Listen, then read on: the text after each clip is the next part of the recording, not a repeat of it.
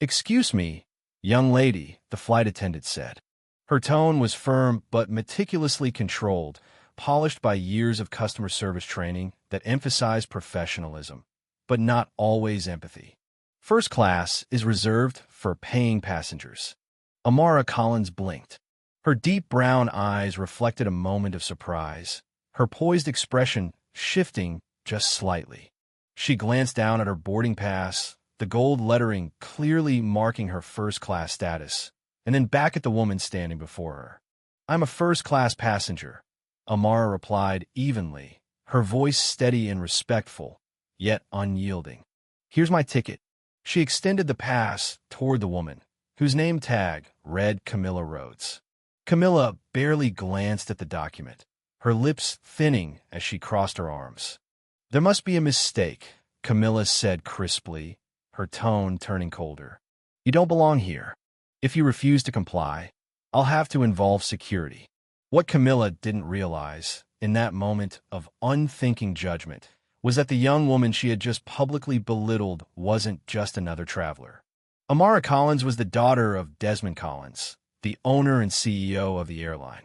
And within minutes, the deep-seated prejudices Camilla had lived comfortably behind would be exposed to the world. The terminal. The airport was alive with the rhythm of travel. The steady murmur of overlapping conversations, the metallic whir of suitcase wheels gliding across polished floors, and the rhythmic chimes of boarding announcements. Soft jazz filtered through the speakers, giving the sprawling terminal a veneer of calm over its frenetic undercurrent. Amara stood at Gate 5, a picture of poised confidence. Her braided hair was swept back neatly, her olive-toned skin glowing in the artificial lights. In one hand, she held her passport and a first-class boarding pass. In the other, her phone buzzed softly. She glanced at it. A message from her father. "Dad, text me once you're on board, sweetheart." A small smile played on her lips as she typed back. "Amara, boarding now. I'll let you know when I'm settled." Today wasn't just another trip. It was a return from 2 years studying abroad, a homecoming she had counted down the days for. She was returning from London, where she had attended one of the world's most prestigious business schools on a full scholarship. The experience had been life-changing, but the distance from her father, the man who had raised her alone after her mother's passing, had left an ache she was ready to leave behind. As she walked toward the boarding area for first-class passengers, she inhaled slowly. This wasn't just about luxury or comfort. Flying first class was something she had earned through her family's hard work and values. Values that insisted on humility and respect, no matter how high you climbed. The lounge. The first-class lounge was a world away from the bustling terminal. Rich mahogany accents complemented leather chairs arranged in intimate clusters. Gentle lighting bathed the room in warmth, while the soft hiss of an espresso machine punctuated the quiet. Amara sat near a large window, watching as planes taxied on the runway. She sipped on a cappuccino, her tailored yet understated outfit blending perfectly into the refined space. Few people knew who she really was. Desmond Collins had deliberately kept his daughter's identity private. Despite his success, building Collins Airways from a small regional carrier into an international giant, he believed in discretion. He had raised Amara to be grounded, to earn her place through her own merit. Near the service counter, 2 flight attendants conversed quietly. One of them was Camilla Rhodes. Her sharply tailored uniform was immaculate, and her blonde hair was twisted into a tight bun. Her years in the airline industry had cultivated a careful balance of efficiency and control. But there was also something else, a certain rigidity that she clung to in the name of order. "First class is becoming way too accessible these days," Camilla murmured to her colleague, her voice low but edged with disapproval. The other woman chuckled nervously, not quite sure whether to agree. She had seen that look before, the quiet, clipped judgment that Camilla wore like a badge of honor. Amara remained unaware as she finished her drink and gathered her belongings when boarding was called.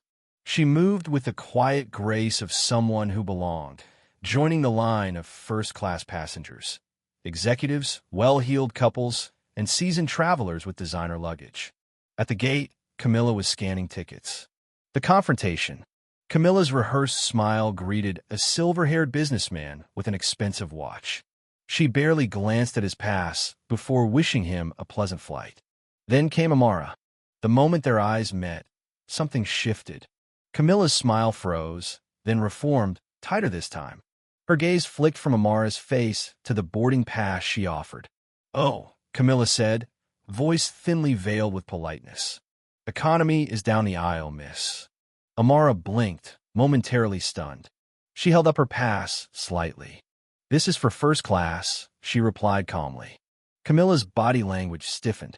She didn't take the pass. She crossed her arms. "There's been a mistake. Please proceed to economy," she said more firmly. Amara's fingers tightened on the handle of her carry-on. Around them, the boarding line slowed. She could feel the weight of glances, some curious, others indifferent. A few were knowingly dismissive. "There's no mistake," Amara said evenly. "This is my assigned seat. First class." The silent standoff deepened. Camilla's patience was wearing thin. She forced a smile. "Look, we need to keep the line moving," Camilla said in a falsely pleasant tone. "Step aside so we can sort this out." But Amara remained rooted. Her father's words echoed in her mind. "Always stand tall, even if you're the only one who knows you belong there." "I'm not moving," Amara said quietly. "This is my seat." Escalation. Camilla's eyes narrowed. "If you don't comply, I'll have to call security," she said. A few heads turned. The tension swelled in the small space. Amara knew what was happening wasn't a misunderstanding. It was a judgment Camilla had made the moment she laid eyes on her. The moment she assumed Amara didn't belong. Camilla summoned 2 uniformed security officers. Passengers shifted uncomfortably. Some whispered, others looked away. Amara handed her ticket to the officers without flinching. "This is my seat." "Verify it," she said. The officers hesitated. Camilla's voice cut in quickly. "She's refusing to comply," Camilla insisted. "We need to move her." The lead officer exchanged a glance with his partner. Something wasn't adding up.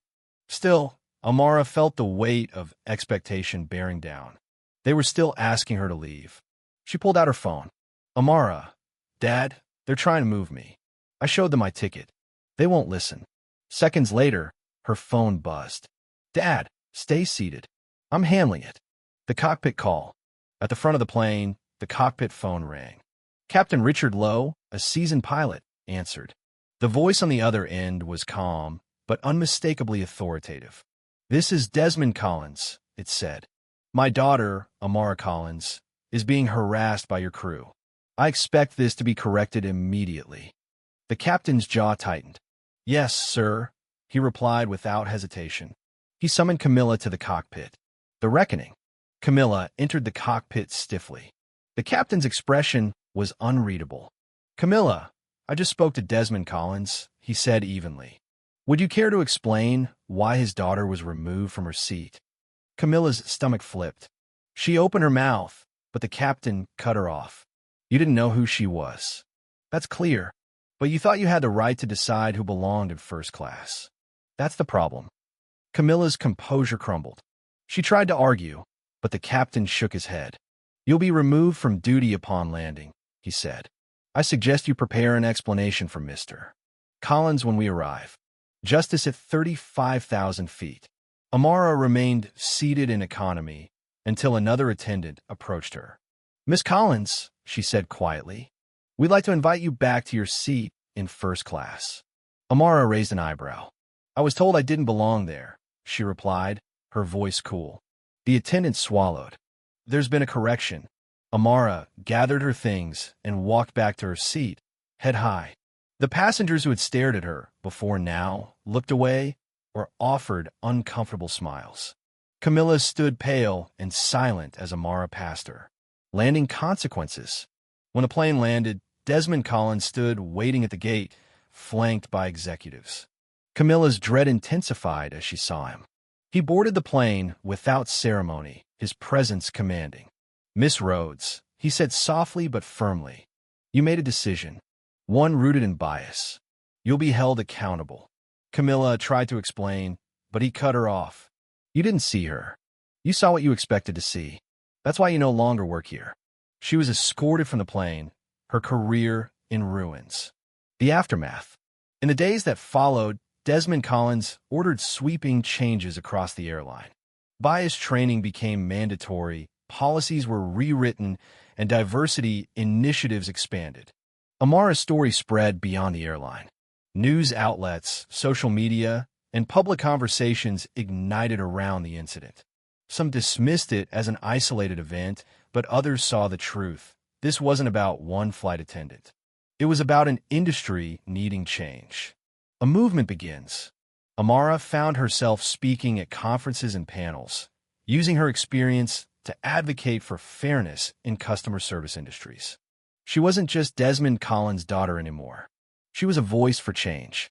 Months later, she received an email from Camilla Rhodes. Subject: an apology. Camilla wrote candidly, acknowledging her prejudice. She didn't ask for forgiveness, only understanding. Amara read the email, then closed it. She didn't reply. Some lessons aren't about reconciliation. They're about recognition. A flight reimagined. On a later flight, Amara boarded first class. This time, there were no second glances. No hesitation. Just respect. Miss Collins, the flight attendant, greeted her warmly. Can I get you anything before takeoff? Amara smiled. Just water, thank you. And as the plane soared above the clouds, she knew this was just the beginning. The sky belongs to everyone. Amara's story wasn't just about a seat on a plane. It was about who gets to belong, who gets to be seen, and why it matters to stand your ground. And as she leaned back in her seat, watching the horizon stretch endlessly, she knew something else. She had changed the sky for everyone who came after her. If you found this story moving, share your thoughts below. Would you have stood your ground? Have you faced moments where you had to prove your place? Comment, like, and subscribe for more stories that challenge and inspire. See you in the next video.